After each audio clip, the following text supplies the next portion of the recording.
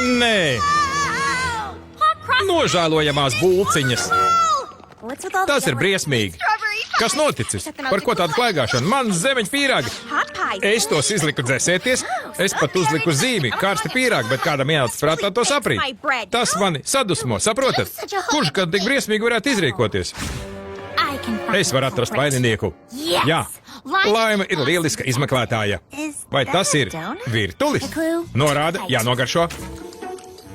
Esmu lasījusi daudz aprikosas Kristīs mistērijas. Zinu visus trikus, kā atrast to, kurš, ko, kur, kad un pīrāgus. Un man ļoti garšo virtuļi. Nedomāju, ka te ir kāda norāde. Te ir tāda nekārtība. Jā, šī nozieguma vieta ir nekārtība.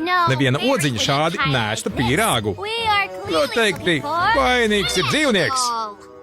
Dzīvnieks? Šī kaķa ķepas nesakrīt ar atstātajiem robiem pīrāgos, tāpēc viņa ir nevainīga. Tu tiešām to pieproti? Tas ir tikai sākums.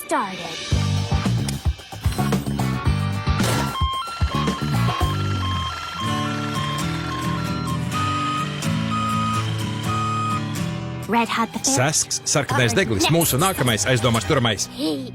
Vai tiešām viņš? Ko tu par to zini? Izbeidziet, sarkanais deglis nekad nezaktu.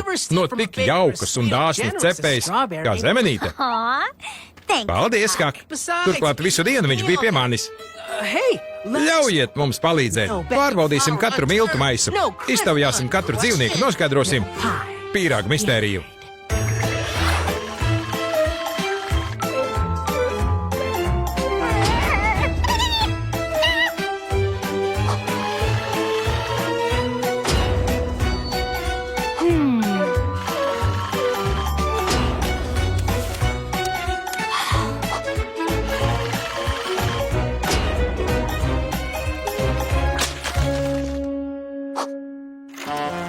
Es biju strupceļā, pārbaudīju katru dzīvnieku, sekoju katram pavadienam, bet neko neatklāju. Vai tu runā? Stāstījumu par sevi? Ņem, Kak, vari ņemt pēdējo kumosu. Neesmu to pelnījusi. Paldies! Tas nekas, Laima. Turpmāk rūpīgāk pieskatīšu. To pastrādāja Haklberijas pīrāgs. Es nekā tā nedarītu. Tu apēdi manu virtuvi gluži kā dzīvnieks. Tieši tāpat kā šos pīrāgus. Kāpēc, lai es zaktu no zemenītes, viņi man dod pīrāgus bez maksas? Ko tu teici? Uz viņas zīmes bija rakstīts karsti pīrāgi. Es tikai kad vēsi. Zemenītē patīk mana mūzika. Viņa mani uzskata par vēso džeku.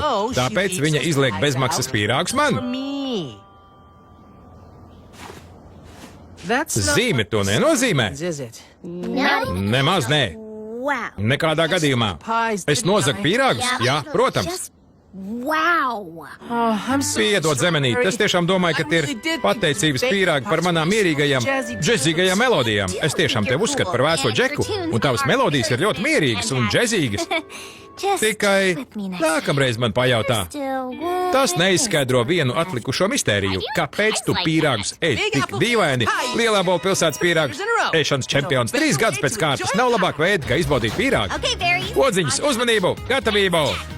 Aiziet! Šādi pīrāgi tiešām garšo labāk. Vēl viena mistērija atrisināta.